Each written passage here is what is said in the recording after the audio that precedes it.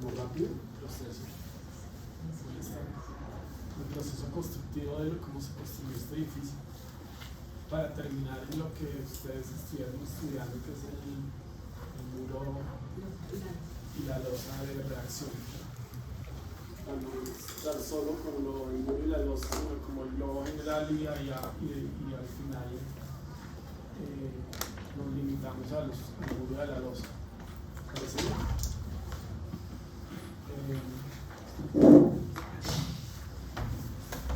Les voy a pasar rápidamente. ¿Te podemos grabar? ¿Cómo hago que traemos la charla? Listo, gracias.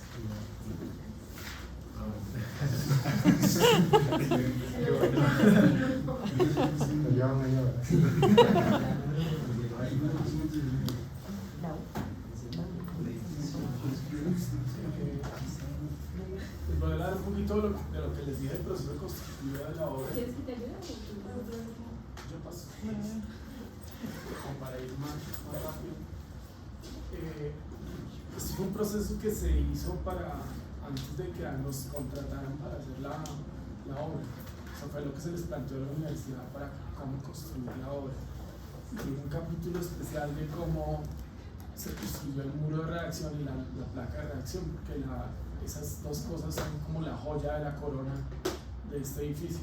Esas dos obras que hay es como lo más especializado y lo mejor, lo que ustedes tienen acá, diferente a lo que tienen otras universidades.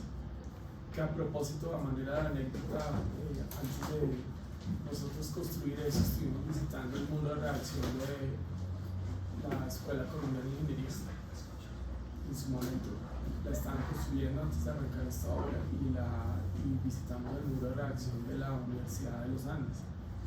Y aquí la universidad, el diseñador decidió, no, yo quiero algo mejor y ustedes tienen algo mejor acá. O sea, aquí ustedes tienen el más. Este laboratorio de ingeniería no lo tiene ninguna facultad.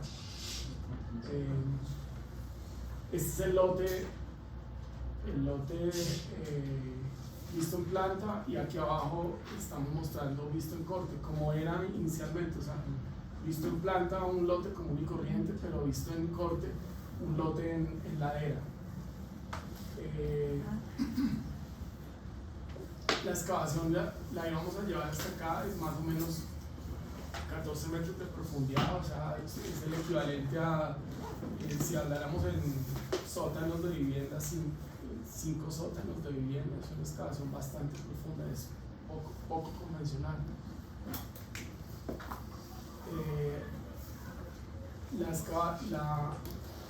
La obra comienza con una ejecución de caissons perimetrales que están acá puestos. Dentro de esos caissons se construyen porciones de muro de contención, que son los verdes, y nivel por nivel se van excavando este tipo de taludes, más o menos cada 3 metros, bajando la excavación, luego de construir estos muros. La razón por la cual se construyen esos caissons es para anclar, lograr unos muros acá dentro del terreno que les ponga un cable tensor y un tieback. Creo que ustedes vieron en alguna materia los tiebacks. Todavía no. Bueno, pues chévere, son unos cables que se meten con una perforadora dentro del terreno y se le inyecta una lechada de concreto a presión. Allá al fondo, la lechada de concreto se fragua, y si uno quisiera jalar el cable, pues no puede, porque allá tiene una lechada de concreto al fondo. Y de la longitud de la lechada depende lo que uno pueda jalar. O sea, esos tiebacks, que son los que ustedes ven en los muros de contención por acá, los tubitos, cuando uno va a la calera hay un poco de tubitos. Esos son unos cables que contienen contra el terreno esos muros de contención. Eso se construyó acá en estos verdecitos, y son con este tipo de máquinas que ustedes ven. Pues es un esquema, pero Eso son lo que uno hace. Y uno empieza nivel por nivel, excava un nivel y mete tiebacks. Luego de terminar el primer nivel, excava el siguiente nivel y sigue con los tiebacks. Como se hicieron intermitentemente los caissons. En cada nivel, luego de meter esos anclajes y soportar los muros, se construyen los muros que están en el centro. Perdón.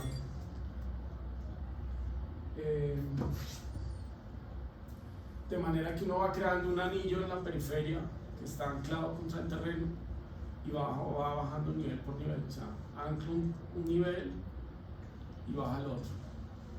Ancla ese nivel y baja el otro. Y así sucesivamente se bajaron como unos 5 niveles de tiebacks.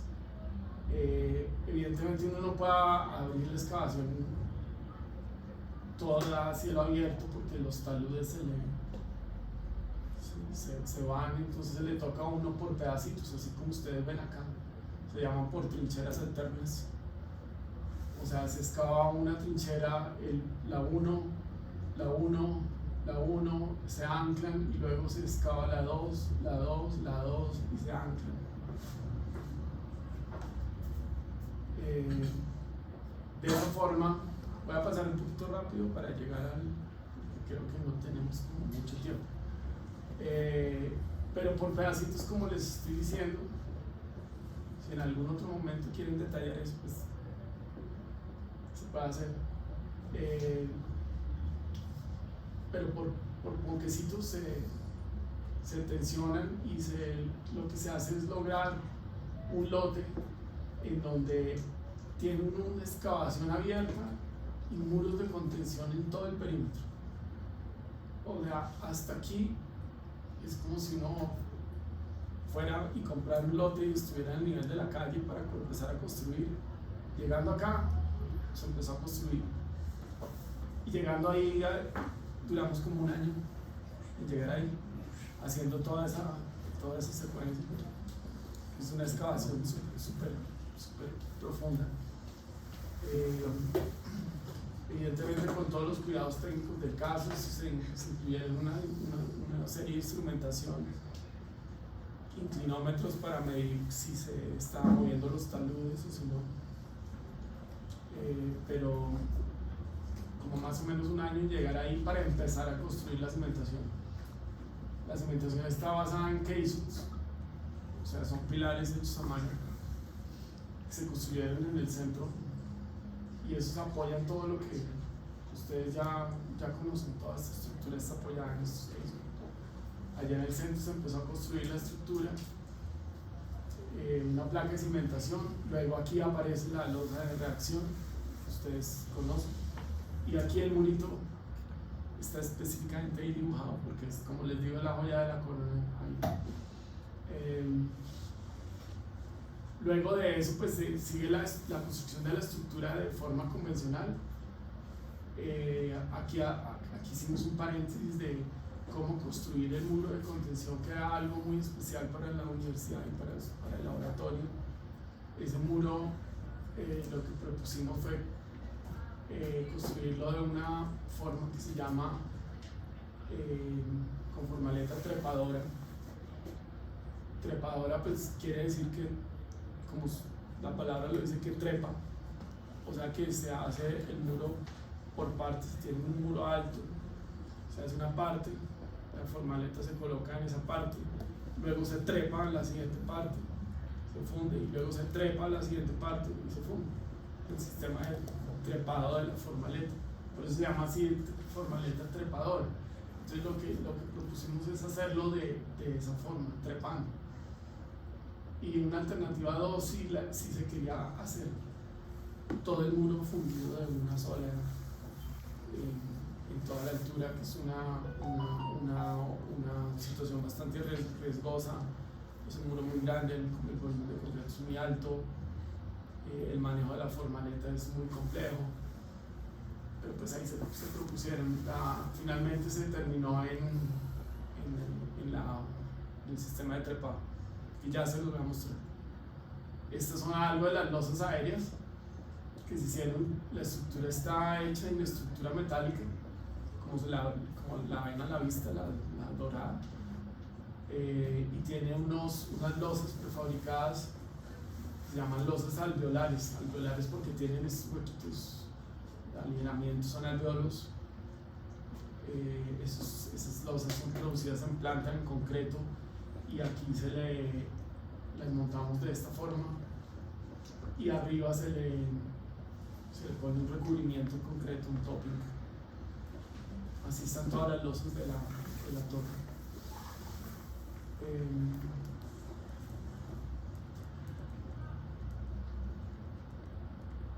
Ya pues entrando en lo que vamos a mirar. Esta es una pequeña selección de fotografías claves que les muestran a ustedes el proceso constructivo de la construcción del muro de reacción y de la losa de reacción. Quizás no necesariamente no es la presentación del proceso, puede haber sido mejor si es una selección de fotos, un registro fotográfico. O sea, vamos a ver lo que está aquí puesto en planta. Se me perdió el micrófono.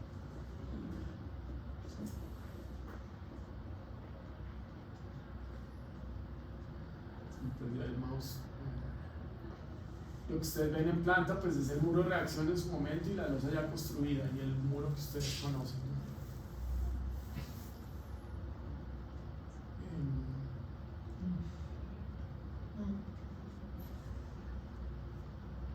Aquí entonces empezamos a ver lo que fue la construcción de la placa de reacción.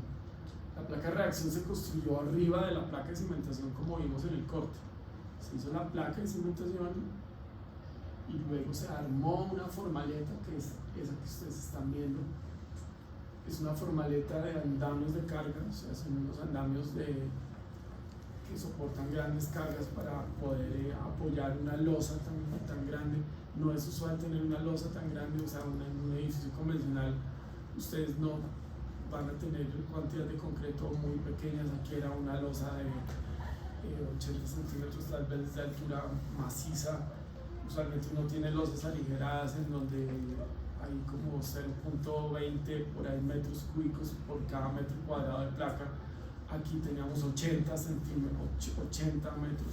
0.8 metros cúbicos por metro cuadrado. O sea, la carga es una losa muy grande. Se necesitó hacer una losa muy pesada para todo el diseño estructural que tiene ese muro de reacción. Ese muro de reacción, como ustedes de pronto lo han visto, sirve para ensayar modelos y tiene que operar con unas fuerzas horizontales y verticales supremamente grandes. Tiene que estar, para poder hacer esas pruebas, tiene que estar cimentada en una losa supremamente pesada y en un muro que se quede quieto para todas las fuerzas a que se someten. Esta es una formaleta repito, de andamios de carga. Es una formaleta especial para ese tipo de losas pesadas. Esta es una marca que se consigue en el mercado.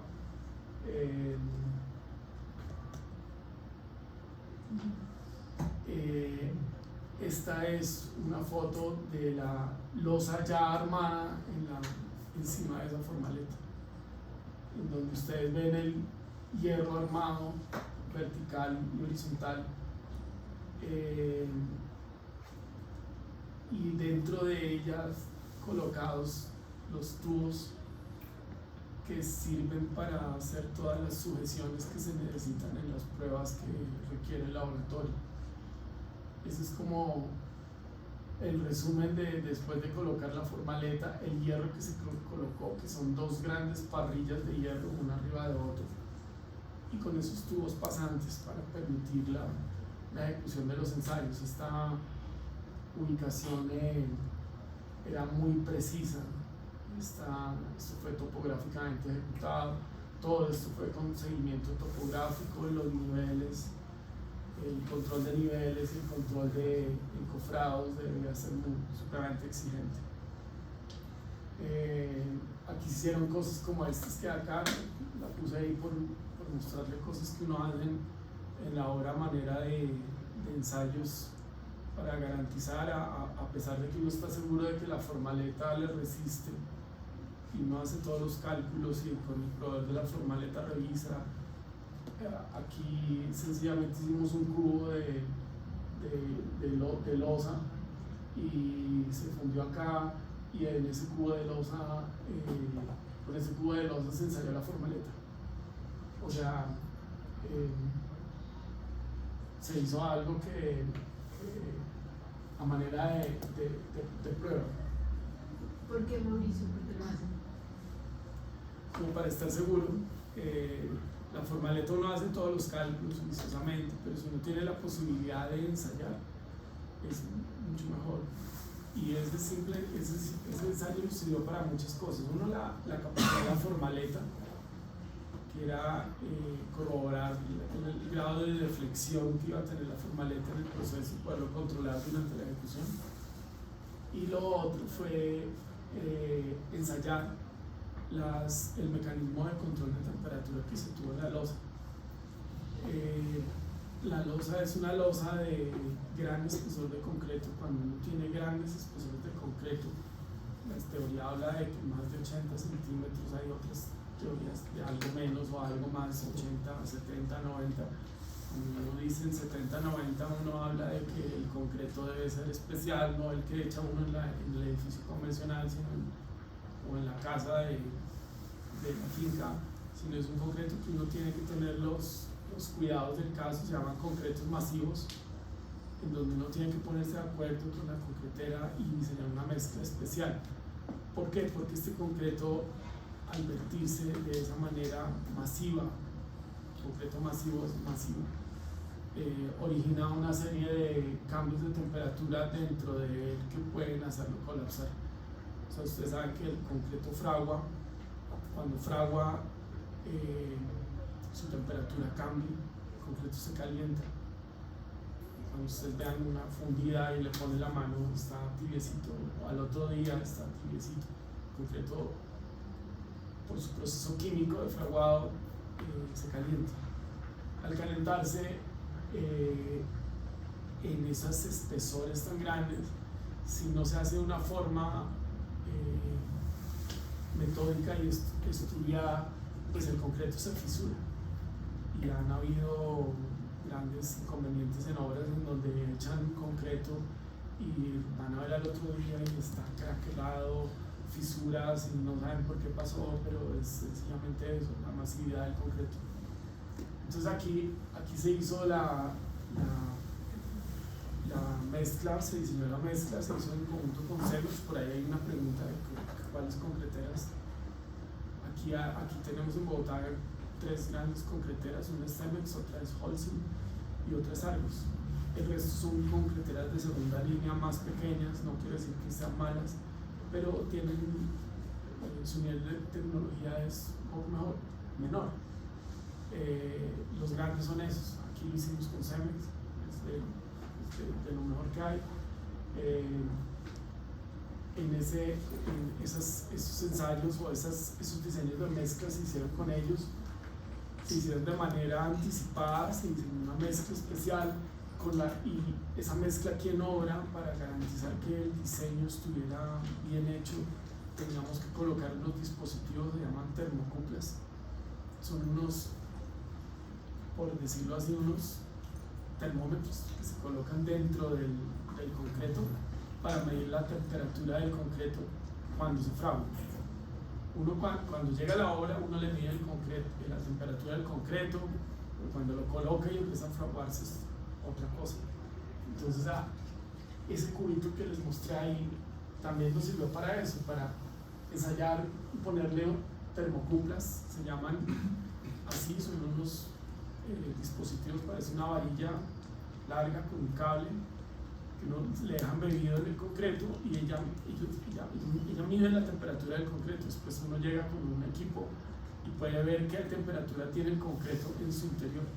Entonces ensayamos también ese mecanismo de control. Entonces, aparte de que revisamos la formaleta,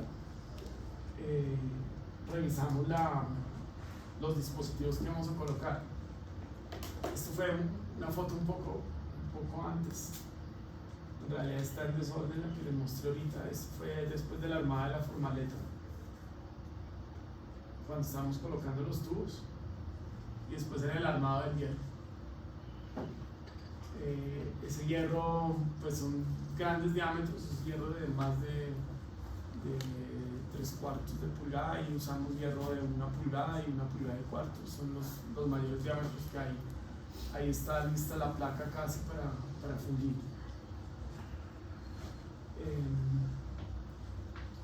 Este es el momento de fundir la losa.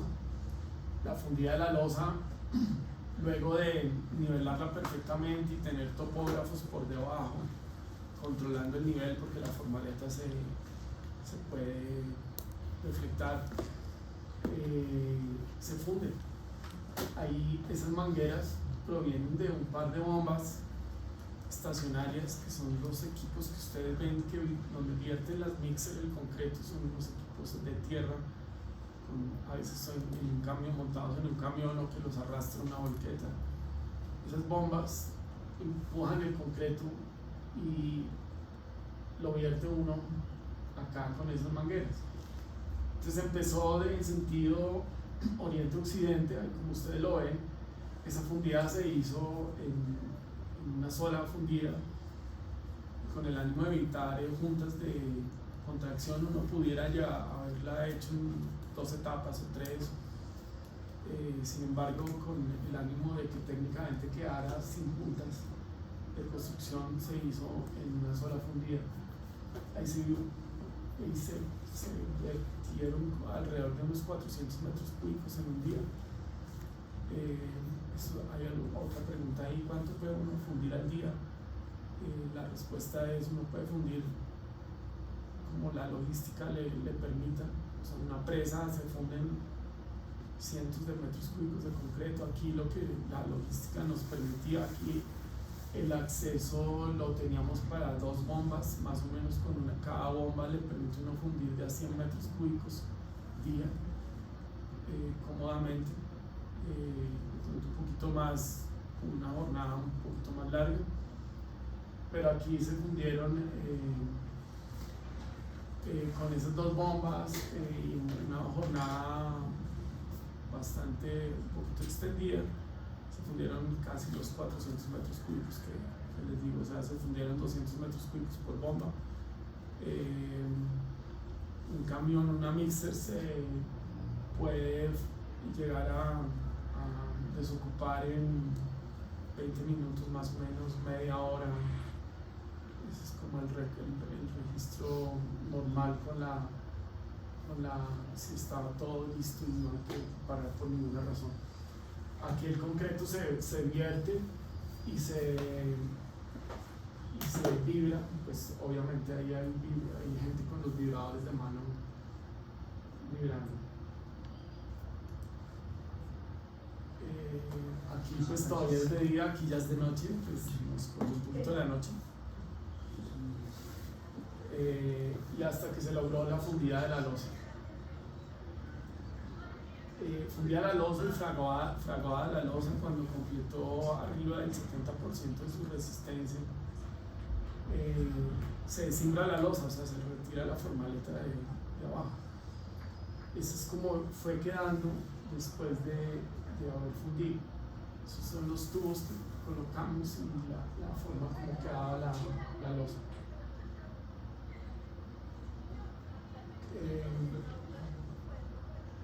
Hasta ahí pues llegamos a la losa. No sé si hasta ahí de la losa tengan alguna pregunta. Vamos a empezar ahorita el muro. Sí, tú dijiste que las formaletas, los soportes se quitaban cuando la losa cumplía el 100% de resistencia, ¿cierto? Ah, 70. 70. Ah, ok. Pues ahí hay criterios de criterios. En cada obra ustedes se van a encontrar con el calculista. Uno trabaja con el ingeniero estructural de la obra. El calculista, el diseñador estructural, es un consultor independiente al constructor, y de pronto al calculista le gusta no exponerse tanto, ¿sí? nosotros nos ha parecido por la experiencia de que arriba del 70% puede uno desimbrar sin problemas, siempre y cuando no funda cosas arriba. Si no funde cosas arriba, pues tiene que dejar apuntalado para poder fundir cosas arriba. Más o menos cuánto tiempo pasó para que llegara a ese porcentaje. Este es el porcentaje de evolución del concreto. El concreto tiene un porcentaje de evolución a los 3 días. Cualquier concreto convencional de concretera alcanza el 50%. A los 7 días debería llegar a alcanzar el 70%.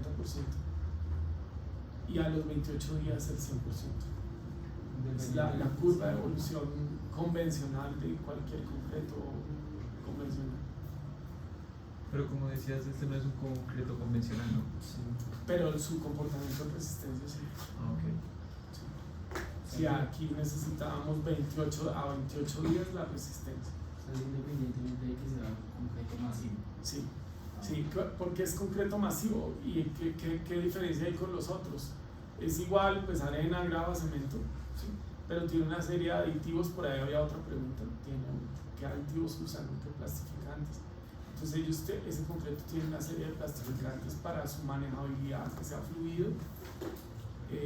Tiene también para controlar la temperatura, o sea que no sea un concreto que se dispare la temperatura muy rápidamente. Lo que hace que se fisure un concreto es el cambio súbito de temperatura, o sea que suba, que estemos en 0 grados y se ponga a 40 grados. Ese cambio es lo que lo hace fisurar. Entonces las concreteras lo que usan para ese control de temperatura es el uso de cenizas. Es un concreto que uno no se imagina, pues, pero o sea, al tiempo con la mezcla de arena y cemento y grava, se le echan cenizas, y esa ceniza sirve para que el concreto tenga un gradiente de temperatura lento. ¿Qué controla uno? Controla uno 2 cosas: que el concreto no suba de la temperatura a la cual se diseña, que más o menos son temperaturas máximas de 60 grados. O sea, si el concreto sube a 60, 70, puede uno tener un rango normal, pero si empieza a subir más ya no es convencional. La mezcla, algo le pasó, y hay exceso de cemento o algo. ¿Y qué más uno controla con las termocuplas? Que las diferencias entre el centro del elemento y el borde exterior no tengan gradientes de temperatura de más de 20 grados centígrados. Entre 20 hasta 30 grados podríamos llegar a considerar 20-25 es como lo convencional. Pero lo que uno controlaba con esas termocuplas que les decía es que después de fundido no tenga uno diferencias entre el centro del concreto y el borde exterior, cambios de temperatura. O sea, si el concreto del centro estaba a 20 grados, perdón, a 40 grados, y el del borde exterior estaba a 20 grados y había un delta de 20 grados, estamos bien. Pero si el gradiente era más, algo pasó en la mezcla y eso era lo que teníamos que controlar. ¿Cómo se controlaba eso? Pues abrigando el concreto, o sea, para que no haya cambios entre la parte exterior y la parte interior. Pues, ¿qué hay que hacer? Pues tapar el concreto, abrigarlo. Entonces las formaletas se quitaban en la época en que o se dejaban hasta que el concreto y su temperatura se nivelaran internamente, o sea que no hubieran diferencias mayores de 20 grados centígrados entre lo interno y lo externo. Y además del concreto y los aditivos que se usaron, ¿se hizo algo más para controlar esa temperatura?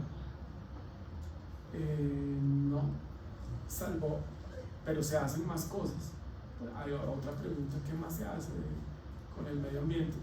Por ejemplo, cuando uno funde pisos y pisos industriales en una bodega, ustedes van a llegar a hacer, cuando salgan, lo primero que construye uno puede ser una bodega, entonces uno hace piso en la bodega.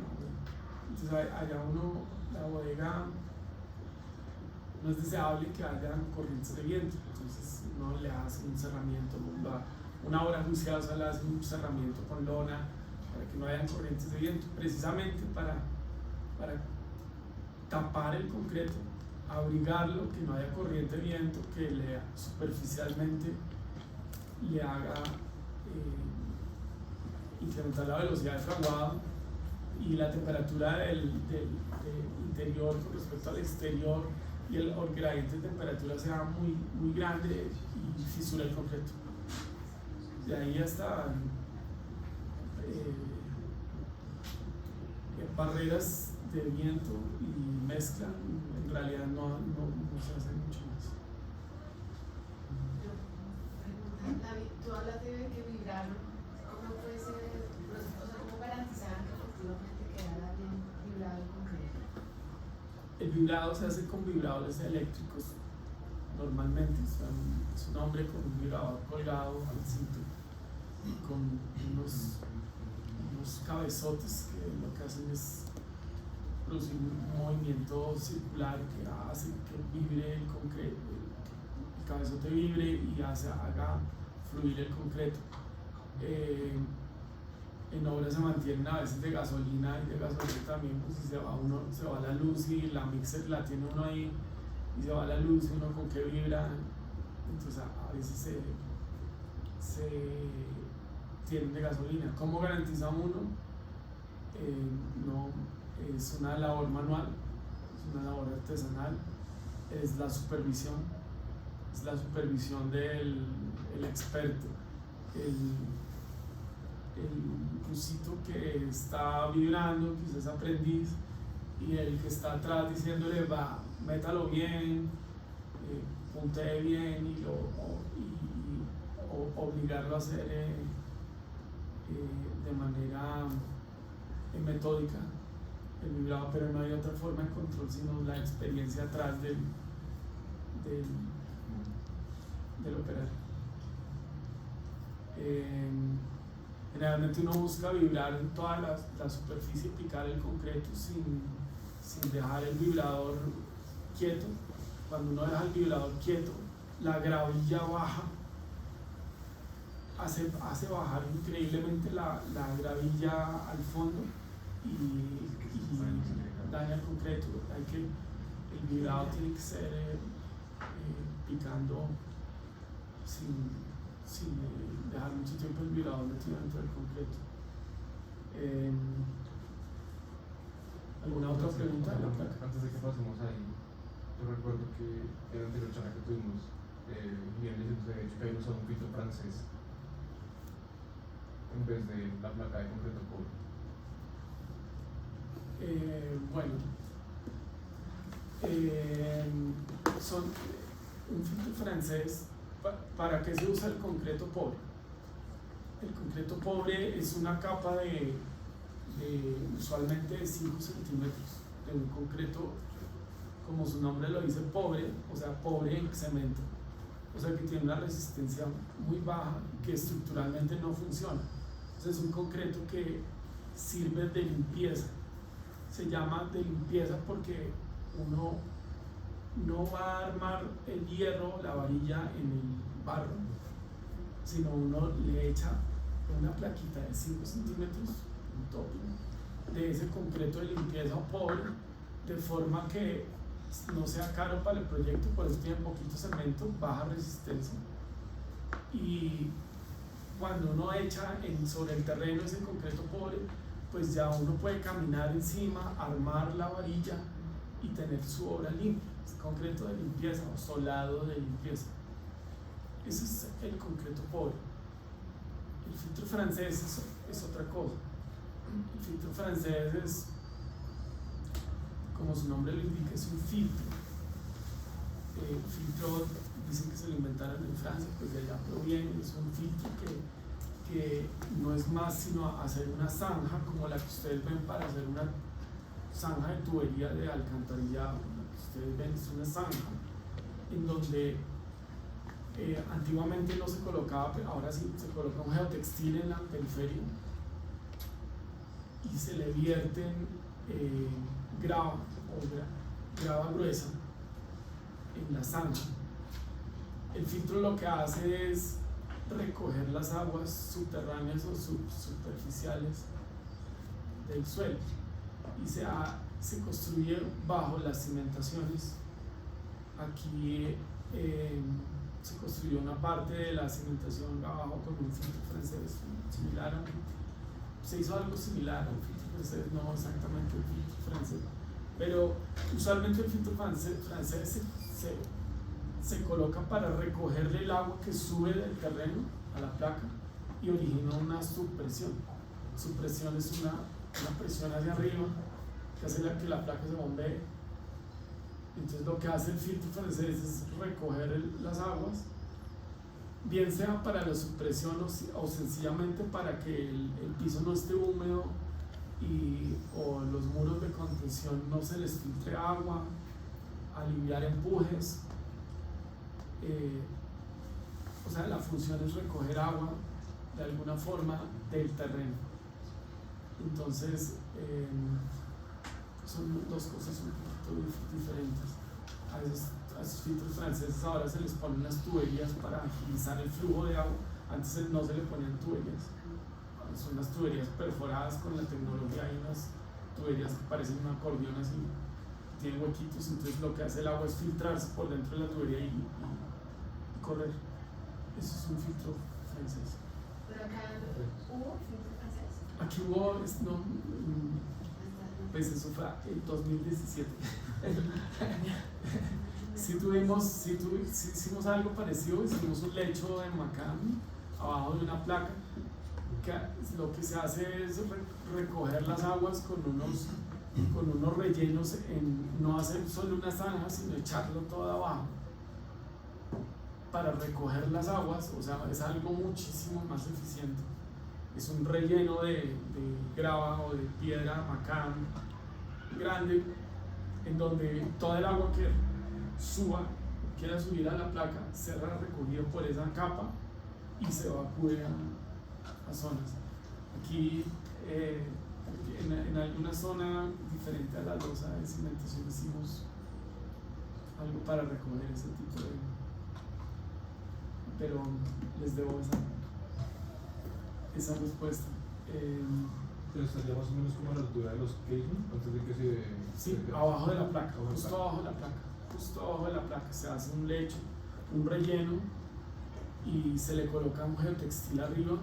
El geotextil sirve para que dentro de la piedra no se le metan los finos y entonces pueda fluir el agua. Si se le meten los finos y las arcillas, pues el agua se contamina por dentro y no le fluye el agua, entonces no funciona. O con el tiempo se tapa. O sea, efectivamente acá echaron cobre y luego una placa. Sí, pero ¿Qué haces con la ley? que yo me acuerdo que aquí hicimos una capa filtrante, no recuerdo si fue en la periferia o en la zona oriental donde encontramos aguas. Sí, por favor, perdónenme. Pero una pregunta ahí es ¿qué tanto, porque ellos tienen la duda de qué tanto, digamos que los planos decían que se hiciera de una forma, pero a veces de acuerdo a tu diálogo parece que pues, si uno encuentra algo pues puede cambiarlo de los planos? Sí, a veces los planos dice no haga nada. Y a veces uno encuentra y uy, pero esto no, a veces los ingenieros de suelos a veces se les olvidan los filtros franceses, no tienen sus presiones y uno le tiene que decir, oiga, pero aquí hay que recoger el agua y se hacen los filtros franceses. Cuando la cantidad de agua es inmensa, por ejemplo ustedes conocen el cubo de la 53,30, el cubo de colsubsidio, allá se hizo un gran filtro en Macam, o sea, es una piedra de este tamaño, abajo de la losa de supresión, donde hubo que recoger mucha agua y se hizo de esa forma. Fue algo muy especial, un gran filtro francés, pues es un gran filtro francés en toda el área, no una zanja. El filtro francés se llama pues, solo una zanja. Ustedes miran por Google y filtro francés, aparece una zanja llena de piedras, de pronto una tubería. Pero a veces se ha tenido que hacer eso independientemente del estudio solos. O a veces, como les digo, a veces se olvida eso y hay que meterlo. ¿Y ahí cuál es la responsabilidad del constructor versus el haber encontrado eso? O sea, Pues es la buena práctica del constructor y de decir, oiga, aquí va a pasar algo, levantamos la mano, diseñador revisa. y el interventor. El interventor a veces es tan proactivo que también no opina, ¿no? Los interventores a veces dicen, oiga, se les olvidó esto, entonces el constructor dice, uy, a mí también. Entonces, venga, ingeniero de suelos, revisen, miremos el tema. Ahí la obra es como un equipo, ¿no? Aquí el organigrama era la Universidad Javeriana, como cliente, propietario de la obra, y abajo de la universidad estaban sus asesores, todos los diseñadores estructural, hidrosanitario, eléctrico, arquitecto, un constructor, en este caso éramos nosotros, y paralelamente un interventor que nos revisaba a nosotros, ¿no? Entonces, el interventor vela porque el constructor construya como el propietario quiere o como se debe hacer. Entonces, ese tipo de cosas salen sobre la marcha. Repito, pues a veces no todos cometemos errores, hay diseños que le faltan cositas, parte de lo que uno tiene que estar muy atento a revisar como constructor. Un problema de subpresión en una losa pues es delicado, la losa puede tener esfuerzos que no están diseñados, o el sencillo desazón de que al filtro, a la placa de contrapiso, ustedes han ido a parqueaderos en donde ustedes ven humedad en el contrapiso y que se le filtra el agua y no se sabe por dónde eso es. Entonces, pues como que construir uno algo y llegar al año y ver el piso así mojado, pues como que no. Entonces, esa es la situación. ¿Alguna otra pregunta? Sí, siempre tenía la duda de, digamos, fue muy grande la fundida de ese día, 400 metros cúbicos. ¿Cómo hicieron para todo el plan de manejo de tráfico de la gente que estaba ahí, de los estudiantes? Sí, muy importante. Primero la calle de entrada allá la teníamos cerrada siempre, o sea, el tráfico vehicular estaba restringido solamente para el acceso a los parqueaderos y de manera controlada. El flujo de mixer fue muy grande, tenía que estar aquí una mixer, eso lo calcula uno calcula si funde 400 metros cúbicos y lo quiere hacer en 12 horas, pues uno se devuelve y por regla de 3 pues haya cuánto debe fundir por hora y cuántas mixers deben llegarle en una hora. Una mixer tiene el orden de 7 metros cúbicos normalmente, entonces uno se devuelve y dice, aquí van a llegar 2 mixers o 3 por hora. Entonces, el manejo de tráfico fue ubicando personal estratégicamente para que todo fluyera sin detención. O sea, la mixer llega, entraba la mixer, ahora se la maneja con GPS, antes no. Llega la mixer, sube la mixer, hay que destinar un personal específico para que reciba la mixer, tome la temperatura del concreto y mida el slump. ¿Se acuerdan del slump, no? No. ¿No? Bueno, el slump ¿Tiene manejabilidad? O sea, está mirando ahí es que tan fluida viene la mezcla. Correcto. Por otro lado, pues creo que esta temperatura, ¿de acuerdo a lo que decías? Sí. Es una prueba con el cono de Amron, ahora la van a ver, pero es la forma de garantizar que el concreto que viene de la mixer se reciba de la manera en que la concretera la diseñó. O sea, es la forma de medir el asentamiento del concreto, o sea, qué tan fluido está el concreto y llega a la obra. Eso se les olvida a nosotros los constructores, se nos olvida, a ustedes no se les va a olvidar, pero A cada mixer que les llegue a una obra tienen que medir el slump. Si no le miden el slump y el concreto no les da la resistencia, la concretera les va a decir, pero ¿cuánto tenía el slump? No lo medí. No le responden. El slump es la cantidad de agua que tiene, básicamente hablando coloquialmente, pues es más o menos agua que tiene el concreto, o sea, qué tan fluido viene el concreto. Es una prueba para mirar eso. Y de eso depende la resistencia. Si tiene mucha agua y le llega a uno un agua a la obra, pues la resistencia no les va a dar. Si llega en el punto que es, la resistencia sí les va a dar. Entonces, si usted no controló qué tan aguado está el concreto, sí, no nos va a ir bien. Yo tengo una pregunta. ¿Quién decidió que fuera concreto normal, o sea, masivo normal y no autocompactante o que tuviera alguna tecnología para que no tuviera que vibrar? Se me olvidó mencionar eso, sí. El diseñador estructural a uno le enseñan y uno aprende a decir el concreto es de 3.000 libras y pare de contarles.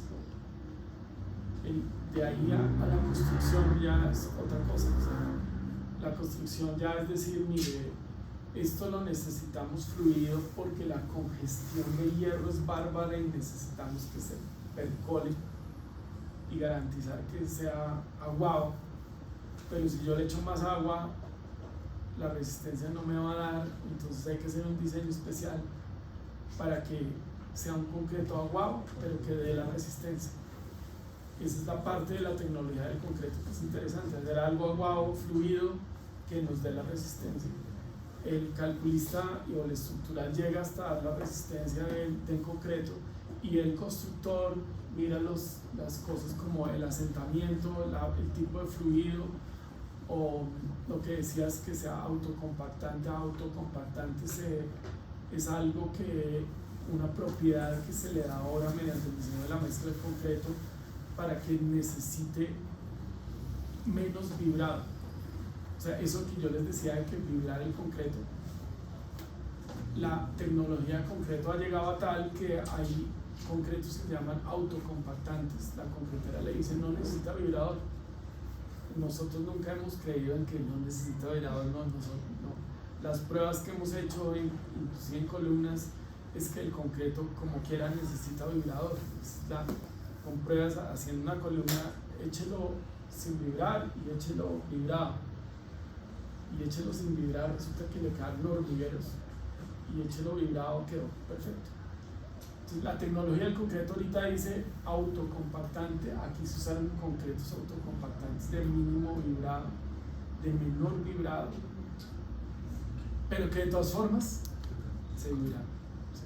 No porque la concretera dijera que es que no lo vibren, no. La concretera no responde. Responde el constructor. Mejor vibrémoslo poquito, pero vibremos.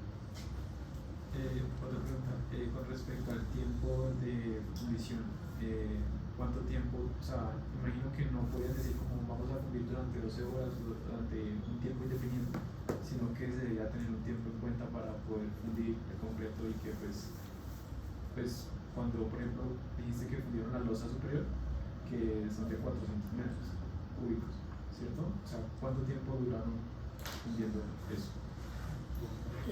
Sí, aproximadamente fueron, mi memoria no es buena, como unas 14 horas más o menos, o sea, arrancando a las 6:30 de la mañana, primera vertida a las 7 de la mañana, que es como normalmente arranca una hora, y a las 9 de la noche quizás ya habíamos terminado.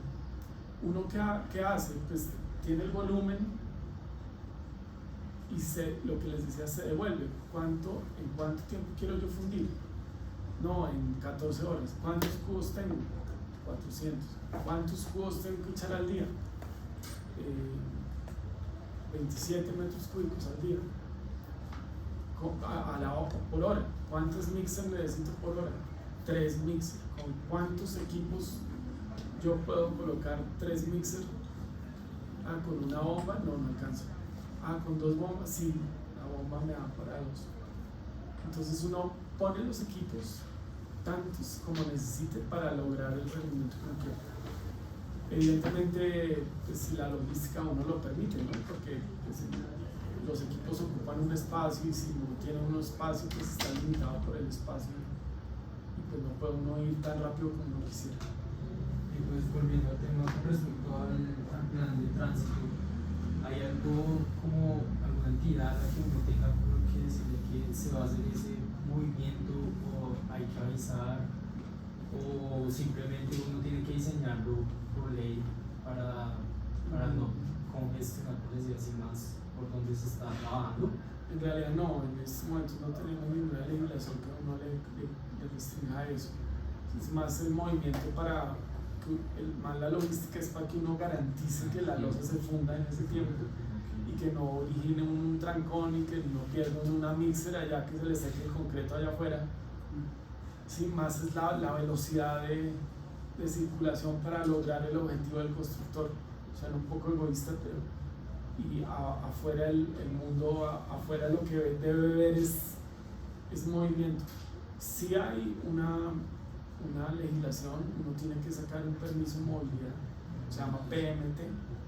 Si uno lo saca uno al comienzo de la obra, uno va a la secretaría del municipio, de la alcaldía local, y allá hay una entidad que le permite a uno o le da un permiso de movilidad, en donde uno le dice, esta obra tiene un acceso por acá y un acceso por acá, y voy a parquear acá y voy a cerrar este carril temporalmente. Entonces ellos le dicen a uno, pero ¿qué señalización me va a colocar? Entonces uno le hace un dibujo y le dice, coloco conos, coloco un paletero, se llaman paleteros los que tienen las paletas, coloco uno acá, otro allá, y cada vez que llega una mixer, entonces lo parqueo acá y cierro el tránsito, y le dan a uno permiso de cerrar el tránsito, pero de manera preacordada al comienzo de la obra.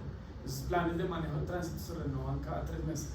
Y con respecto también al momento de fundir, nunca se tuvo en cuenta, por ejemplo, realizarlo en horas de la noche, pues precisamente de pronto a eso, movilidad o de personas directamente ya en la universidad. O sea, no había como una posibilidad de que fuera en altas horas de la noche de pronto, o nunca se preguntó. Sí, hay posibilidad de hacerlo.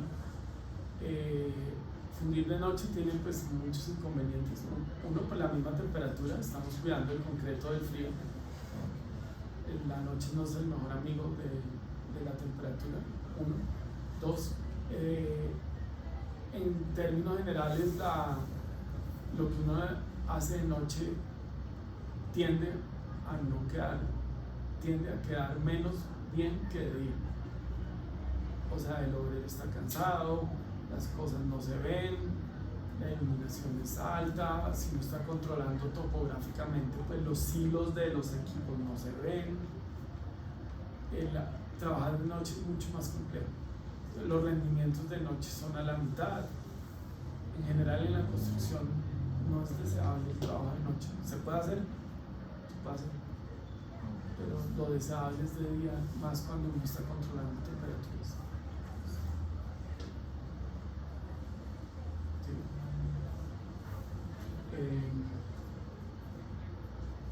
Ya son las 5, voy más rápido. Pero tú. Ok, estamos bien. Sí. Bueno. Aquí se fundía la losa se recubrió. Otra de las preguntas era cómo se efectuó el curado. El curado de la losa se hace por medio de la formaleta que está abajo colocada, pues que la tapa. El curado es tapar el concreto, el curado es no permitir que el concreto exude. Y arriba se le colocó un plástico de protección para que la placa se conserve entre plástico y formaleta. O sea que el concreto sude allá por dentro, se conserve húmedo. El fraguado es el proceso químico que cumple el concreto para lograr su resistencia. Necesita agua. Con el plástico lo que hace es que el concreto, por el cambio de temperatura, suda, y ese sudado le conserva húmedo el concreto. Entonces ese fraguado se controló con este recubrimiento que ustedes ven ahí. no en el concreto, sino es una barrera impermeable puesta ahí. ¿Y qué beneficios tiene eso pues, al curado normal que es simplemente como echarle agua superficialmente?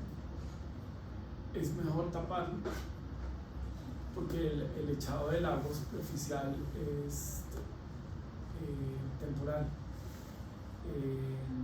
No siempre está el operario echándole agua, no, se seca, se humedece, se seca, se humedece. En teoría, cuando se seca hay una temperatura, cuando se humedece hay otra. Entonces, en la medida que uno garantice que tiene siempre agua, el gradiente de temperatura va a ser muy constante. Sin embargo, es más caro, ¿cierto? Sí, colocar un plástico ahí es más caro que. Sí.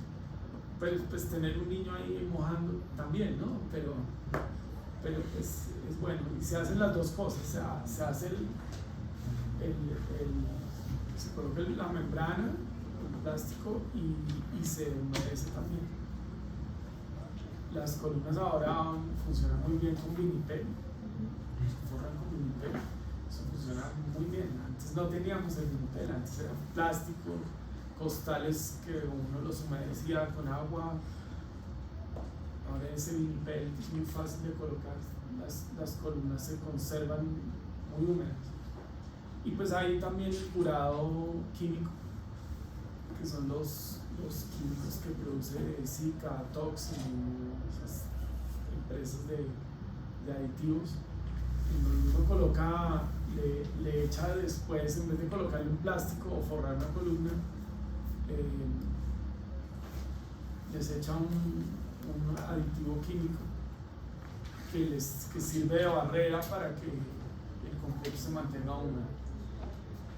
Esos son unos aditivos a base de parafinas o de químicos ahora ecológicos para que el concreto conserve la temperatura. Entonces aquí entro al muro, aquí se realizó la placa y los hierros quedaron puestos después de la fundida de la placa. Lo que se hizo fue colocar el acero horizontal. Esto también es hierro de pulgada y cuarto. Estos tubos son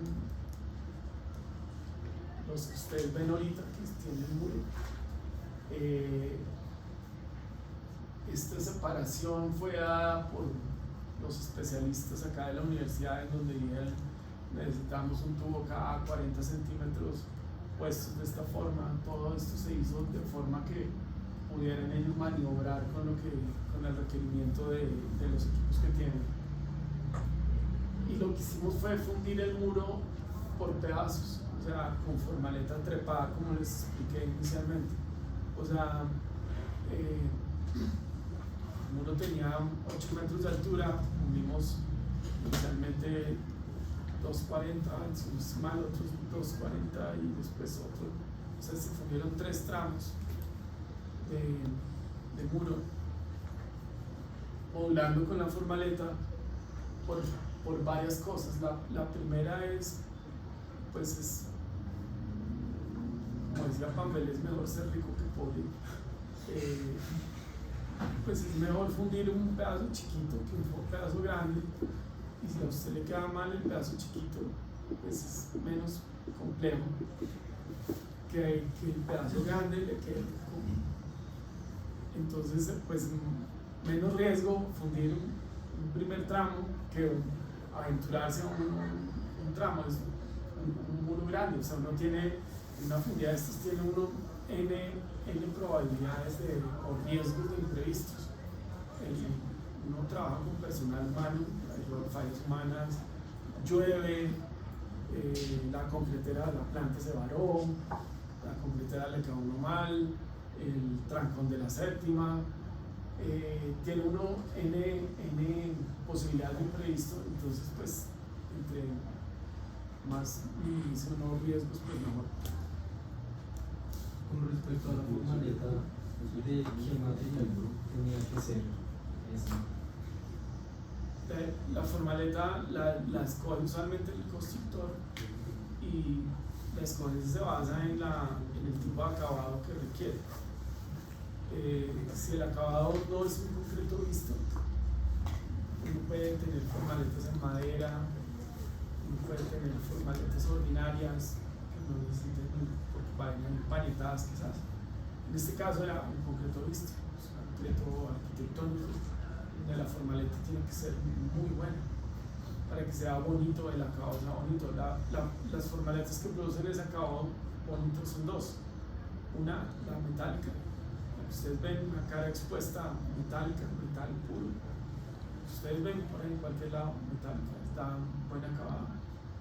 O la de mejor acabado son las metálicas que tienen un recubrimiento melamínico. Un recubrimiento melamínico es un aglomerado que ha sido tratado contra la humedad en donde tiene un recubrimiento de melamina. Y ese recubrimiento de melamina hace que el tablero sea liso en madera. No es madera ordinaria. La madera ordinaria, la de listoncitos, lo que ustedes ven de camilla, esa es madera ordinaria que no tiene ningún tratamiento. Esta es una madera, lo que usamos es un recubrimiento melamínico, es unas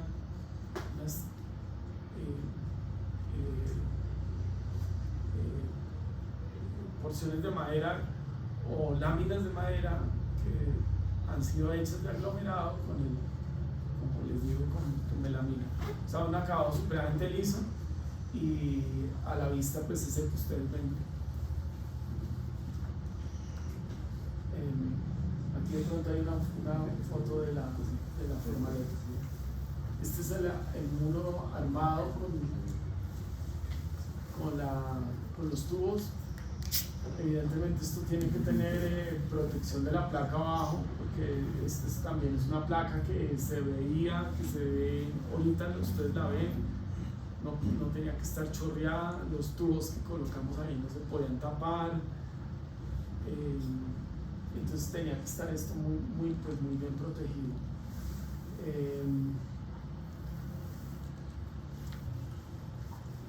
Esta es una foto de arriba en donde se ve el muro.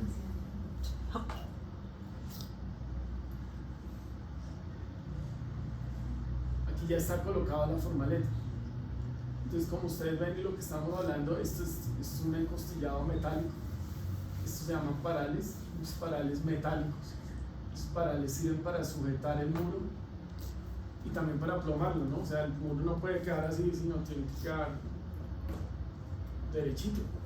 Si uno tiene un muro de 3 metros así y lo maneja con parales para que quede recto, imagínense cómo es manejar un muro de 8 metros con unos paralotes gigantescos para plomarlo, ¿no? Entonces es lo que les decía, el riesgo de ejecución. Es más fácil plomar un muro chiquito así que un muro de 8 metros gigantesco. Cuando mover o inclinar un muro con esos parales que son telescópicos, estos son unas roscas que uno les da rosca y lo que hacen es telescopar el paral. Imagínense si el muro lo hubiéramos fundido hasta allá arriba, esos parales qué tan largos tenían que ser, y el riesgo de que uno al apretar eso lo incline cuando uno tiene toneladas de peso ahí. Ahí se usan otros mecanismos de plomado como son guayas, cables, tensores.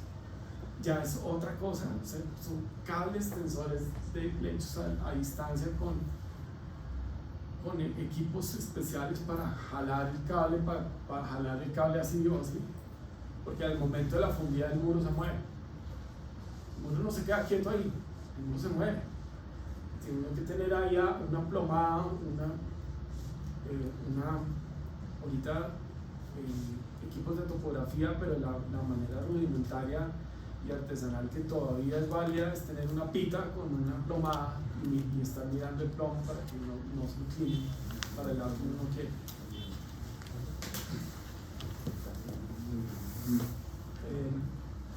Esta es la formaleta, este es el encostillado metálico y esta lámina es de madera aglomerada con recubrimiento melamínico, como les comenté ahorita. Este es el muro recién desimbrado.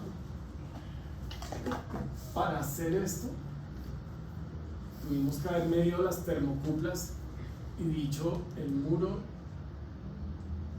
ya se calmó, su temperatura ya está estable, la temperatura ya se niveló, ya estamos en 20 grados centígrados por fuera y por dentro, entonces desimbramos, lo desabrigamos. En estos muros de concretos masivos, pues aquí y en las placas no solo la resistencia al concreto. Si este muro se funde hoy, el día de mañana lo puede uno desimbrar, no pasa nada. Pero aquí no podíamos mañana desimbrarlo porque lo desabrigamos y su temperatura la entorpecemos, vamos a fisurarlo. Entonces nos tocaba tenerlo abrigadito y desimbrarlo en el momento indicado.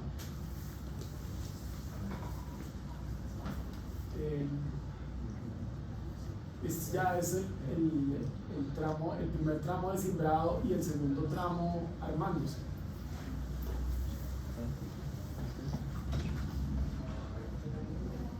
Aquí se ve el segundo un poquito oscura, pero el segundo tramo armándose también. Segundo tramo, primero y segundo tramos todavía.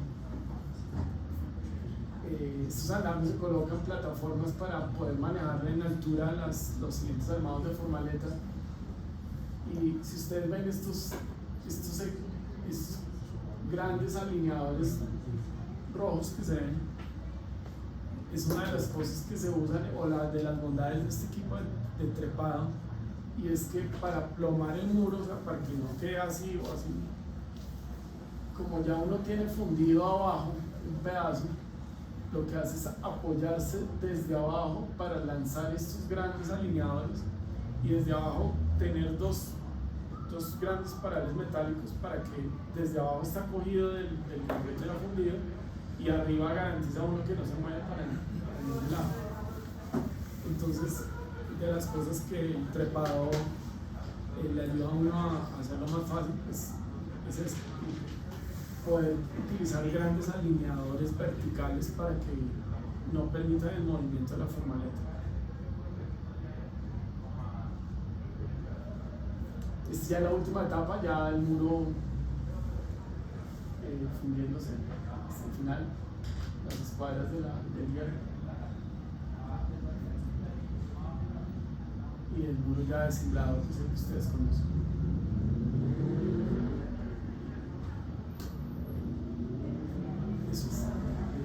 Con respecto a pues, se fundió por tramos, entonces cada tramo, o sea, después de la fundida del primer tramo, después de cuánto tiempo se hizo el segundo y después el tercero. Hay una pregunta por ahí que cada cuánto uno puede. En teoría uno no, a un elemento concreto que uno tenga abajo no le puede colocar mayor carga arriba de la que resistan. Están en resistencia a materiales, entonces uno podría calcular, o sea, al otro día el concreto cuánta carga tiene, cuánta resistencia tiene y cuánta carga le va a poner. Es lo que debería uno hacer. En la práctica se va uno a dar cuenta de que una columna, no fue una columna de 3 metros, al otro día le puede llegar a poner otro tramo de 3 metros. Sin problema, o sea, sin hacer el cálculo. Entonces, pero uno debería hacer el cálculo. Aquí el proceso era un poquito más dispendioso porque la colocación de los tubos, después de la fibra del primer tramo, colocar de nuevo los tubos, encofrar, pues ya le demandaba unos 3 o 4 días más, en donde ya uno sobradamente el primer tramo tenía más del 50% de resistencia. El 50% se logra, recuerden, a 3 días. Entonces a 3 días ya la carga que resiste ese muro a compresión es muy alta. Y también con respecto a la última imagen, no sé si estoy mal, pero se alcanza a ver que ya hay parte del edificio como tal de ingeniería también al tiempo construyéndose. Sí. Entonces no sé si eso también afecta con respecto a la temperatura también al momento de, si hay algo que tener en cuenta ya que hay algo más Sí. en Para, la obra. para nosotros fue una bondad que toda la periferia ya estuviera terminada. Para nosotros estábamos metidos en el hueco. Cuando les comenté que cuando uno fue de una bodega y hace un piso industrial que tiene que ser afinado, liso, bonito, que uno le tiende a colocarle barreras de viento con lona verde fea, un cerramiento para que el viento no lo patee, pues aquí no teníamos aquí estamos tranquilos porque estamos allá en el hueco con un muro de 8 metros de altura en donde el viento era nulo. Al contrario, era una bondad para nosotros porque teníamos las barreras de viento de lo que habíamos hecho inicialmente, o sea, todos los grandes muros de contención. O sea, la preocupación por viento, por cambios de temperatura por viento era mínima. ¿Cómo se dio pues, la fundición completa de todo el muro más los entrepisos y pues las losas? ¿Cómo se dividió? Sí, o sea, la fundición, o sea, ¿cómo la dividieron para pues no hacer, me imagino que, digamos, no sé, todo de una sola vez, sino por partes? Bueno, uno efectúa una programación de obra y la secuencia es por pedazos y la secuencia, pues la lógica es placas, columnas, placas, columnas.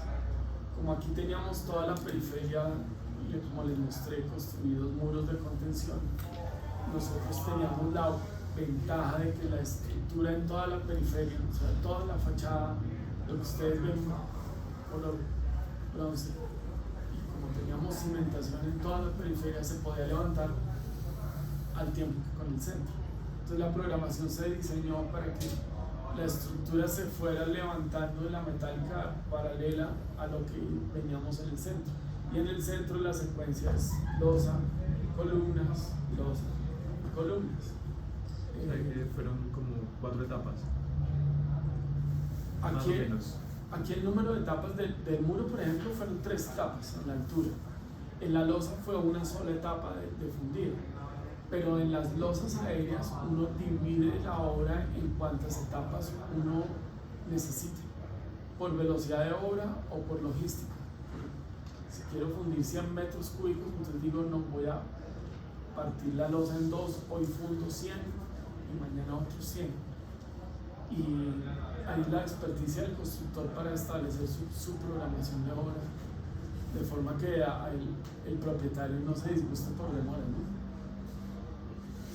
Y ahí en términos de logística y de personal, cuando hicieron esa fundida necesitaban mucho más gente de la que normalmente trabajaba en la obra, o sea, un pico de personal. Sí, cuando se necesitó cuando se hizo el muro de reacción, se necesitó una mayor volumen de personal y uno tiene que ver, de pronto, no sé si lo han visto ya en rendimientos, uno tiene una serie de rendimientos, por ejemplo, para losas aéreas uno sabe que uno debe utilizar 6 horas hombre por metro cuadrado. Entonces uno dice, para esta losa que tiene 500 metros cuadrados y necesito fundirla en 15 días, necesito 30 personas. Y uno hace su programación de personal y lleva las 30 personas que uno calcula. Para este muro, evidentemente, el rendimiento era muy bajo. Era colocar varilla pesadísima, tubos. Entonces, el rendimiento estimado fue muy bajo. Eso demandó que tuviera uno una cuadrilla especializada o un mayor volumen de personal para efectuar esa labor. Con respecto a un presupuesto inicial, ¿hubo algo que lo afectara al final o durante la obra? No sé, por ejemplo, temas de concreto, punto en concreto que no pudieron aceptar. Sí, siempre hay uno puede tener desfases de presupuesto fácilmente el 10%. En construcción el grado de imprevistos o puede ser muy bajo si todo le funciona no bien, o puede ser alto si las cosas no funcionan. Por ejemplo, un día que uno esté fundiendo y le llueva a uno y tenga 2 mixer afuera y no pare de llover, le toca a uno pagar las 2 mixer y devolverlas para la planta y pagarle la concretera y no fundir el concreto. ¿Y eso cómo lo controlaron acá con así, la lluvia? Aquí se minimizó aquí se hizo una cosa muy interesante que no hace mucha gente acá, pero por iniciativa de la propia universidad la obra se cubrió con un techo, como hacen los invernaderos de las flores, los floricultores han visto los invernaderos de plástico. Aquí le pusimos un techo desde el puro comienzo de la obra y pues ustedes no ven, nunca se ve una obra así, está así, tuvo ese techo plástico y nos benefició muchísimo porque el rendimiento fue mayor. Cuando se excavó no es el barrial, que no se pueden ingresar volquetas porque llovió, no, aquí estamos bajo techo operando todo. Entonces el rendimiento de todo el sistema de anclajes y llegar hasta arriba, hasta el nivel 0, hasta el nivel superficial, fue bajo el techo de un invernadero. De pronto ahorita ven una foto de eso. Con respecto otra vez a la losa superior se hundió de una sola vez, pero entonces la losa inferior, ¿por qué no era necesario? ¿Era simplemente un tema estético para que no hubieran juntas frías o había algo más? Sí, la losa superior se fundió una sola, las losas de abajo se fundieron por pedazos, por varias razones. Uno, requerimiento de la universidad, pues la calidad de su losa, disminuir riesgos en juntas de construcción. O sea, una junta de construcción puede quedar muy bien, si se hacen 2 etapas, puede quedar muy bien, y lo hemos hecho y han funcionado. Nunca hemos tenido un problema de una junta de construcción que uno diga es que debemos haber fundido en una sola etapa, no, pero puede ocurrir. Entonces la universidad dijo: minimizamos riesgos, queremos algo perfecto, es nuestro laboratorio de ingeniería, no podemos tener el riesgo de una junta de construcción que ustedes vean el piso y la fisura en el piso, ¿no? La losa de cimentación, sí, pues la losa de cimentación tiene un piso de un acabado, de pronto los baños van enchapados, el riesgo es menor, entonces no se necesita ese grado de sofisticación y complejidad de las fundidas en losa.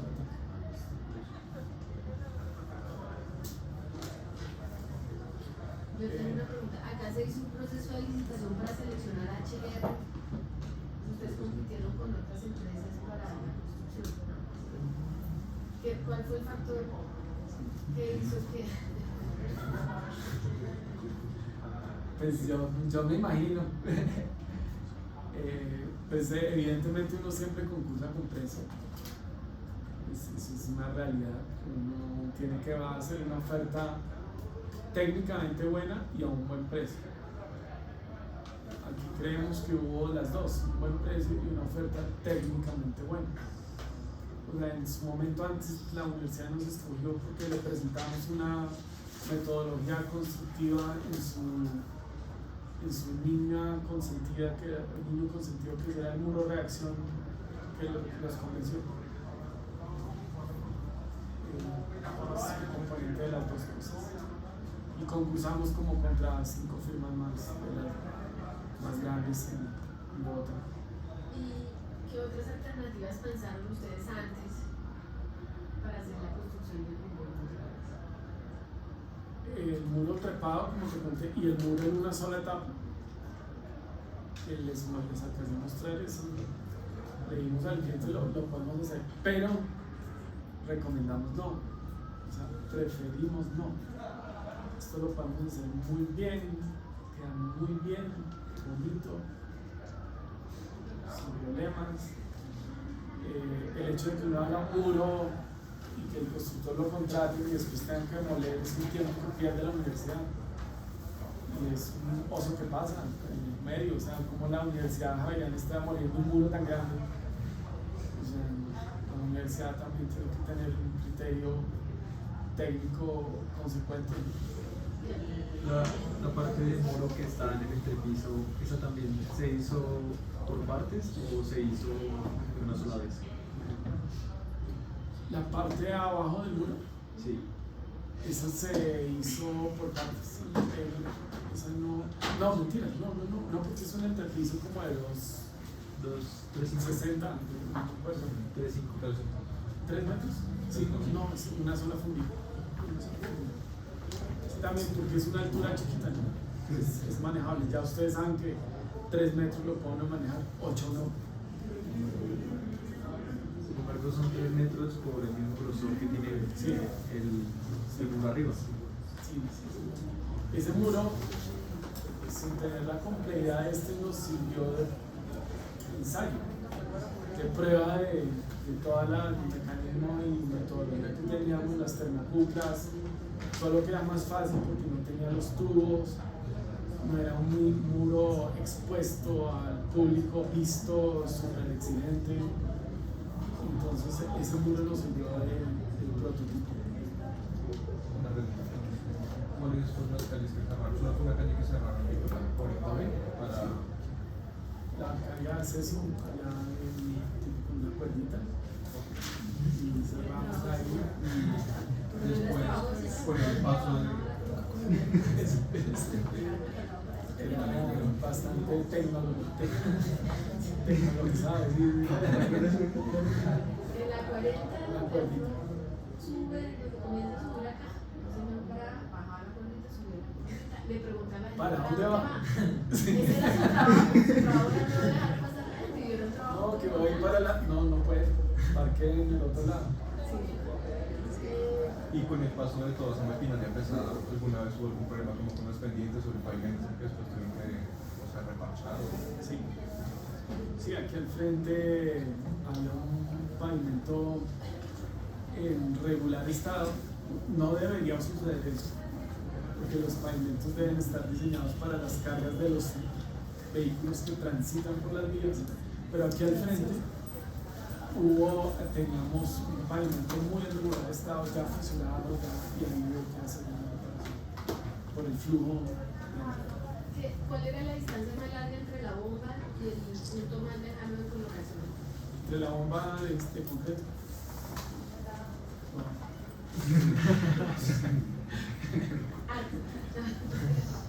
Yo pienso que unos 90 metros por ahí.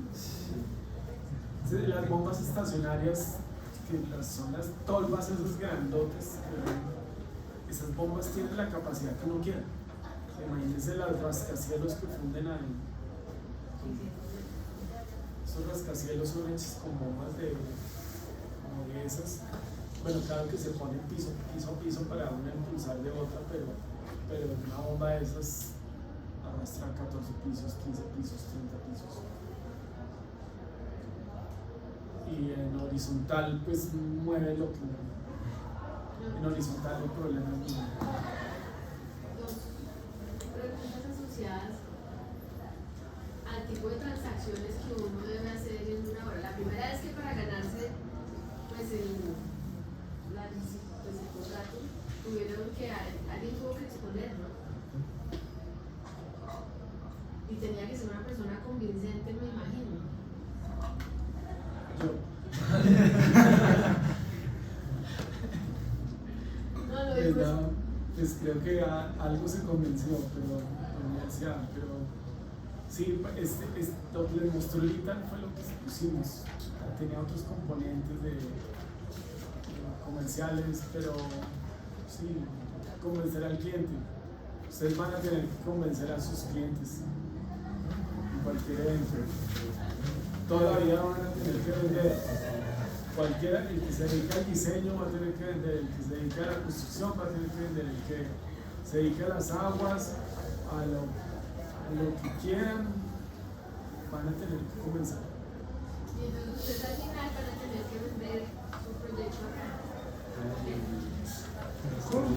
El proyecto y convenció pues por el diálogo, pero me imagino también por la confianza que hizo, pues que generó con el cliente y por la propuesta técnica.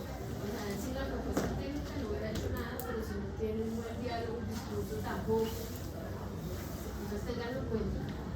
Y la otra pregunta era con respecto a Cemex, o sea, cuando hicieron la planeación de la fundida, pues no fue una planeación normal. ¿Cuánto se demoraron?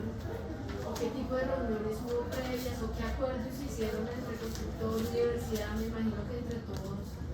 No, muchas con Cemex para el diseño de la mezcla, uno puede dejar la concretera a otra, la concretera y decirle, oiga, ¿qué esta vez? No, el constructor irresponsable pues, hace eso. El constructor responsable debe darle seguimiento a lo que hace Cemex. Entonces, por ejemplo, de pronto ahí hay una foto, pero por ejemplo ellos hicieron pruebas para el diseño de la mezcla. Esas pruebas nosotros estuvimos en la planta viendo esas pruebas, viendo los registros para garantizar que el diseño de la mezcla fuera lo óptimo. O sea, uno a la concretera no pues siendo ellos quienes son, es mejor estar acompañando, es mejor estar aportando, es mejor estar encima y darle seguimiento a todos. El de la formaleta para que uno le diga sí, su formaleta le resiste. Ah, sí, listo, pero el día que no le resiste, ¿quién responde? El constructor. Entonces toca hacer la calculito si le resiste la formaleta, o sea, es una división. Y hacer las pruebas que hicimos y no confiarse en lo que tiene uno en el mercado. Inclusive la concretera más grande, Cemex mexicana, multinacional, ahí estuvimos con ellos en las pruebas, viendo las termocuplas, viendo lo que hacían. Inclusive la universidad, aquí el doctor Jesse es súper juicioso, súper dedicado, nos colaboró muchísimo. Aquí tienen de mucho que aprender ustedes. Él siguió toda esa metodología, él nos acompañó al lado con sus equipos, midió temperatura, revisó y él ayudó a garantizar que lo que se quería acá. El laboratorio de la universidad. Con Jessica han tenido clases, ¿sí? Pero en cabeza de decir, como parte del laboratorio, hicimos todo ese equipo, pero... Ojalá tengan clases. Muy chévere. Con respecto también a la rosa, no sé si estoy mal, pero lo que yo había visto es que la cantidad, o sea, fueron 400 metros cuadrados y es una competidora que puede ser, no se produce en un día entero, no sé si vendría solo de una o de varias o... No, las capacidades de las plantas son un poquito más altas. Una planta puede producir muchísimo más que O sea, si les dio abasto... de una sola planta. Una sola planta. No hubo problema. Ese volumen es pequeño. Ese volumen lo logra uno. Laura, pregunta. Laura, preguntas. Por lo más preguntas. Yo sí tengo una pregunta. Comentarios. Lo que quieras, Laura. Es un súper ingeniero. Aprovecha. Andrés. ¿Cómo fue el manejo junto a todas las tierras? O sea, cuando ustedes se excavaron, ¿los llevaron un software? O sea, la excavación, ¿qué fue lo que hicieron con esa tierra? ¿Que se llevaron a softwares Esa tierra se echa, que a propósito de la pregunta que cómo es el cuidado ambiental, aquí la Secretaría de Medio Ambiente le exige unos, aparte de la certificación EDGE que se cambia acá en la universidad por manejo, vamos a hablar de eso, la Secretaría de Medio Ambiente tiene unos requisitos acá de que uno no puede ir a botar tierra en donde no quiera. Porque eso era lo que se hacía antes. Si ustedes se acuerdan, aquí ha sido una remodelación y el de la zorra y el volquetero botaba allí en el canal de la circunvalar, y eso ya no se puede, eso es penalizado, y ahorita la Secretaría de Medio Ambiente obliga a las obras a certificar todos los escombros que uno bota. De hecho le pide tiene un software, uno tiene que meter cada certificación, cada registro que uno tiene de botado de los escombros, y esos escombros se botan en unas escombreras, son unos botaderos aprobados por el distrito o el municipio donde ustedes construyen, y les certifican que votó en un lugar adecuado. Ese es cuidado del medio ambiente. Y también para las certificaciones, eso es colocación de los residuos de obra en lugares adecuados. Esta pregunta es que tan difícil fue, porque pues si uno mira como el espacio universal pues, del edificio no es como tan amplio como para organizar toda la logística. Sí, fue de las cosas complejas que hubo acá, fue porque ustedes ven ese bloque es flaco, es un chorizo y una gigante por allá. Es parte de las cosas que uno tiene que idearse, porque si uno quiere rendimientos tan grandes, si no le caen más de 2 bombas, o por ejemplo la torre grúas, tuvimos 2 torres grúas, entonces si uno tuviera 3 torres grúas quizás mejor, pero 2 ya no caben. Ese tipo de logística es lo que es la destreza del constructor para realizar su obra en el precio que cotizó y de la manera eficiente que la posición, la programación que la propuso. Voy a cortar, porque tienen parcial algunos. Tranquilo. Listo. Entonces, pues agradecerle al ingeniero Mauricio Convariza. Espero que haya transmitido algo de pasión por la ingeniería civil con todo esta historia de una de las